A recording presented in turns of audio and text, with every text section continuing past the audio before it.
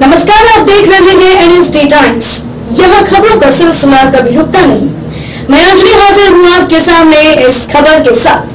खबर उत्तर प्रदेश के बलिया से है, जहां नगरा थाना के ठीक सामने साहबान इंटरनेशनल स्कूल का हुआ उद्घाटन मां सरस्वती के तैलचित्र पर माल्यार्पण एवं दीप प्रज्वलन कर सुभाषपा के राष्ट्रीय अध्यक्ष व कैबिनेट मंत्री ओम प्रकाश राजभर व विशिष्ट अतिथि 71 लोकसभा सलेमपुर सीट से भारतीय जनता पार्टी के प्रत्याशी रविंद्र कुशवाहा बेलथरा रोड के क्षेत्रीय विधायक हंसू राम की उपस्थिति में फीता काटकर किया गया।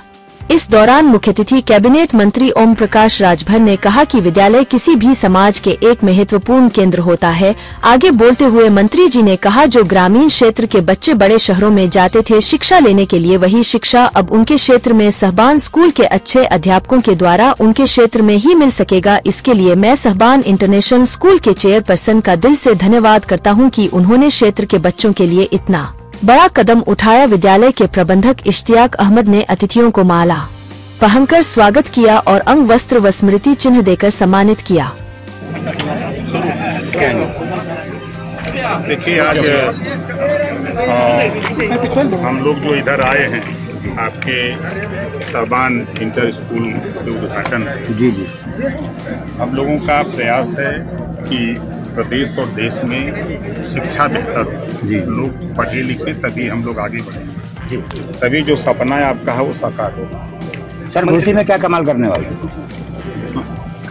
पूरे उत्तर प्रदेश में ही नहीं, जो माननीय योगी आदित्यनाथ जी का जो सपना है, उत्तर प्रदेश की 80 की 80 लोकसभा सीट, और देश में जो माननीय प्रधानमंत्री जी का सपना है वो 400 पार। 4 जून आपके स्क्रीन पर 400 पार। मंत्री जी ने कहा है कि जो विधानसभा का नतीजा था वो लोकसभा का नतीजा होने जा रहा है, इस पे क्या कहेंगे आप? देखिए, नेताओं के बयान है ना, जनता का जब रिजल्ट आएगा तो 4 जून को आप देखिएगा, तब आपको समझिएगा। आपने कहा था कि उत्तर प्रदेश में 20 सीटों पर राजभर समाज जो है बड़ी संख्या में है, लेकिन आपको सीटें सिर्फ 1 मिली है, इस पे क्या कहेंगे? देखिए, हम लोगों का लक्ष्य एक है, मात्र माननीय नरेंद्र मोदी जी को तीसरी बार प्रधानमंत्री।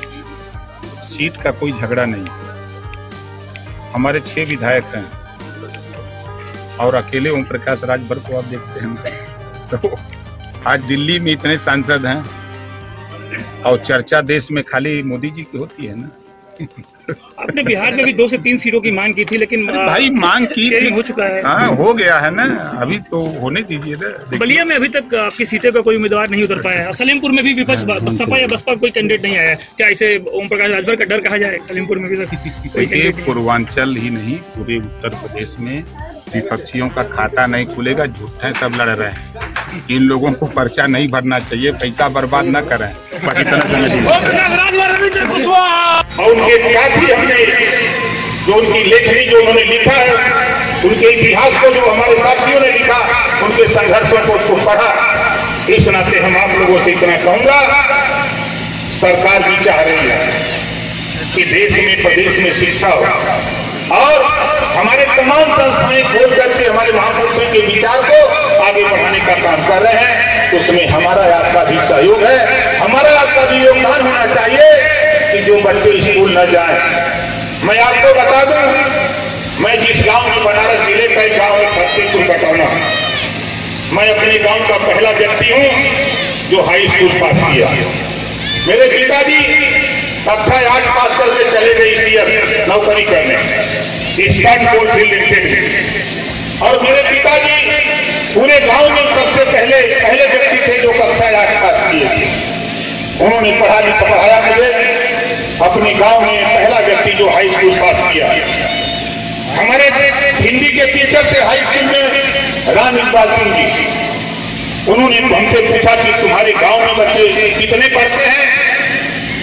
हमने कहा मैं अकेले पढ़ता। हमने कहा इससे बात नहीं बनेगी, कुछ बच्चों को स्कूल भेजो। मैंने अपने गांव में पूरी बैठक जुटाई, लड़कपन था, कोई सुनने को तैयार नहीं था। मैंने अपने गांव के पूर्वे के सभी लोगों को जुटाया और मास्टर साहब की बात, जो राम इकबाल सिंह जी जो हिंदी के लेक्चरर थे, उनकी बात को बताया। तो गांव वालों ने क्या कहा जानते हो? आपको भी मिलेगा। पढ़ले लिखले का हुई, पढ़ लिख के का करत ये भाषा गांव के लोग बोलते थे जहां से मैं पैदा हुआ। उसके बाद मैंने घर वालों को बताया कि भाई देखो अपने बच्चे को स्कूल भेजो। तो गार्जियन क्या कहता है, हम भेजते हैं, हम जइबे नहीं करते। हम क्या जिम्मेदारी हमको दे दो, हम भेज देंगे। पूरे गांव के लोगों ने कहा कि हम जिम्मेदारी आपको देते हैं, आप जरा बच्चों को स्कूल भेज दो।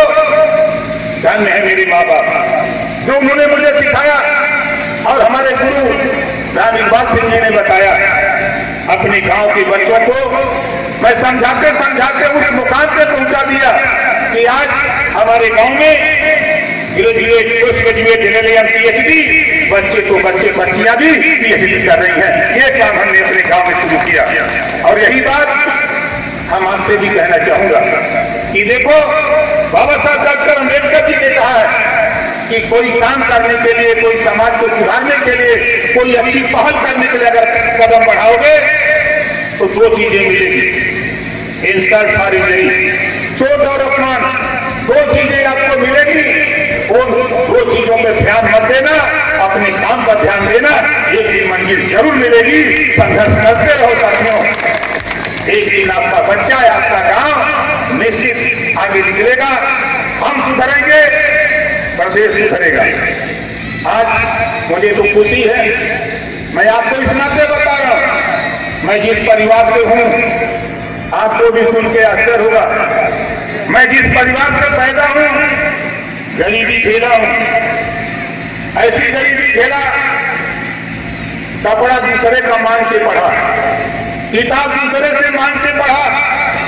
जब बीए में गया तो फीस नहीं आती, रात को ऑटो रिक्शा चलाता था, दिन में विद्यालय जाता था बलदेव डिग्री कॉलेज पढ़ने के लिए।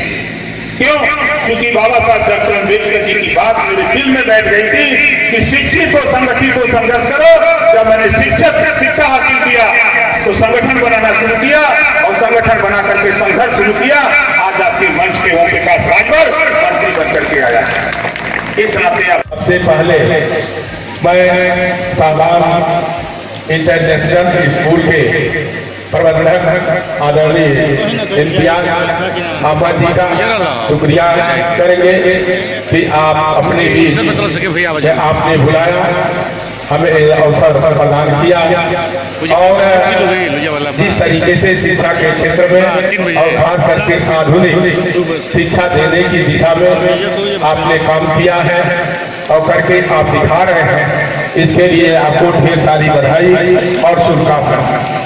हम उम्मीद करते हैं कि आने वाले समय में यहाँ के जो गरीब बच्चों के लिए भी अभी घोषणा हुई है, उन गरीब बच्चे, बेसहारा लोगों और जो आर्थिक रूप से कमजोर लोग हैं, उनके बच्चों को भी आपके यहाँ से अच्छी शिक्षा मिलेगी ताकि वो भी अपने जिंदगी में आगे बढ़ने में।